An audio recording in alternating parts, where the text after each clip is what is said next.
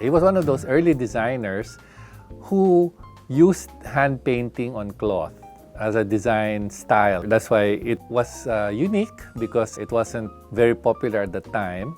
And many women liked it, my mother included, and my grandmother was very impressed because it was very feminine and very dainty, and she liked it. The relationship between Jose Moreno, or Pitoy, with my family started with my mother, actually.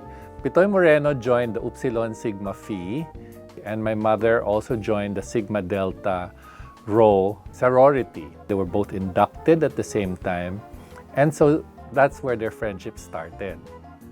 And from there, he would also ask his fellow sisters to model for him in fashion shows within the school and in some of famous clubs in Manila in the 50s.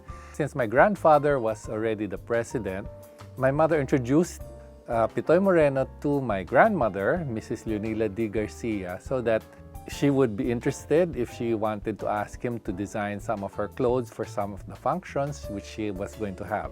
She asked him to design her one of her ternos for an event which was up and coming then. It was the state visit of President Eisenhower to the Philippines. Pitoy was also requested to design the gown for the daughter of President Eisenhower, as well as his barong, and the barong of President Carlos P. Garcia. I think they clicked as far as taste was concerned, because my mother is minimalist. She likes things very simple, but well-made. She got that from my grandma. My grandma used to sew, and her hemlines were always so meticulous. He could be as simple as you wanted to be, but very classic always. And then he was also very particular about hemlines. He never wanted the threads to show on the outside. So things like that, small things that made good tailoring. Pitoy was like that. As far as I could remember, we were always going to him.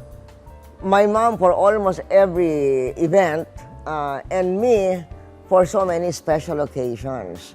So that was really, really a long time ago. It was Tita Conching Sunico who introduced her to Pitoy. You see, the relationship between Tita Conching and my mother was very special. She was my mother's best friend from the time my father became congressman. And why?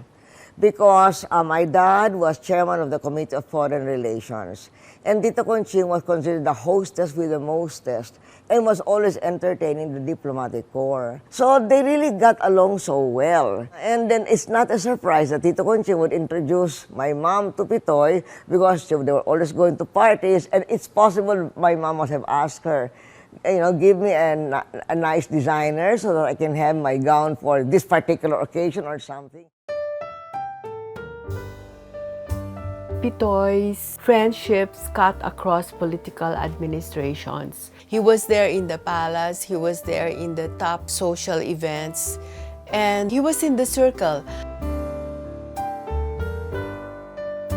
Imelda Marcos was everywhere. The Marcos government also shaped culture, pop culture, arts, and that included fashion. They knew how fashion shows could promote the image of the country and of the designers. So Pitoy, being the honorary Blue Lady and very close to Mrs. Marcos, it was just natural that he would help her organize Bagong Anyo. And Bagong Anyo was a parade of the collections of the it designers of the times. In other words, you haven't arrived if you're not in Bagong Anyo.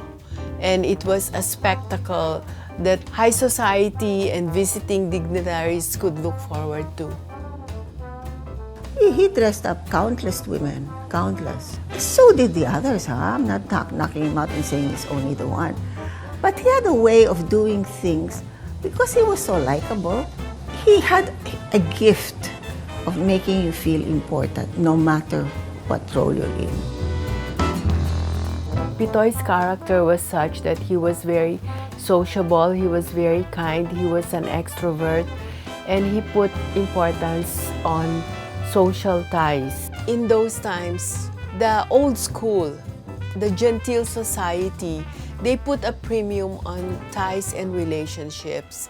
Ties really went from one generation to the next. His style is really classic, and it was built to flatter the shape of my grandmother's body, and I have the same body type. So I fit perfectly into those gowns. So I don't really have to have new gowns made anymore. He was one of, the very good friends of my grandma. So even if she wasn't going to him for gowns, she would invite him to dinners, to merienda, to lunch, or they would go to things together. They would meet up in different occasions together. And he's always so respectful. And, of course, with my grandma, always very, very warm. When he saw me growing up and making more suits for me and stuff, he would say how proud he was of what I'd done. And also, it's really this family relationship, and always like that, always deferential, always to my grandma and to me, very much like a doting uncle. He would not forget my father, who was his Brad in Upsilon. They would often get together every time there was an Upsilon event. And he would always remind my daddy, oh, how is Caloy? How is your sisters? How's your children, your family? When I got to meet Pitoy as an adult, I continued that relationship by being his friend, and I helped in putting together his last book, which was Philippine Costumes. I would best remember Pitoy as a very funny and a very sharp and witty man. He had all these wonderful memories of a full life. Anecdotes like when he was dressing up President Eisenhower. He was measuring President Eisenhower and his daughter in the MacArthur Suite in Manila Hotel.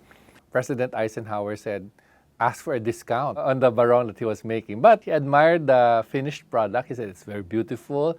So fun memories of that.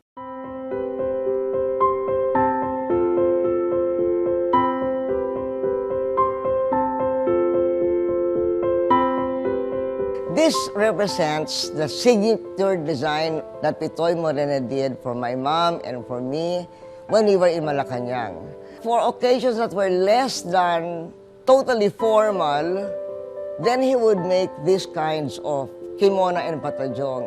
And I don't see this much anymore from any other designer, this kind of shape of the kimono. So that's why even if I was going through my closet, even if his label is not here, I know that this was Pitoy because of the very signature style of his kimono and patajong. The one that I wear most is this blue silk gown that I've worn several times. It's flattering to our shape because we're not tall, we're small but not so slim. But this gown emphasizes, our womanly shape without being so exposed. So to me, that's what I love about his style for my grandmother, which fits me. I really like the timeless classics and just elegance, but simple, elegant lines. And part of that is because that was the style of Tito Pitoy.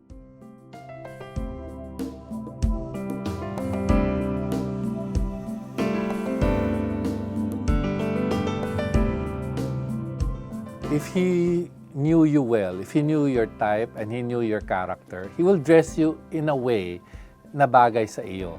No? He will not put you in something that is meant for a fashion model. He knew what was essential to his clients, how they should dress up, what their personalities will best express, and how the dress will enhance their personality and their physique.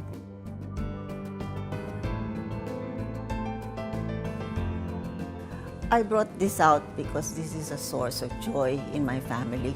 I think what's important is we try to discover the use of our fabrics, to try and tone down the excessive and try to be more aware of what good couture is like. Why it's refined, why it's pretty to look at, why it's something you will keep for many generations. I can't tell you how grateful. He was part of my life. As a teenager, as a wife, and as a mother, he was always there. So when you have friends like that, who are not just with you for being with you, but who care, you never forget them.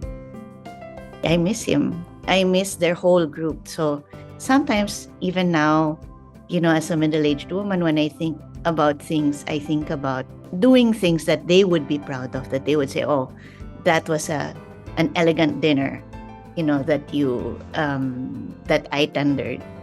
So that's how I try to honor their memory.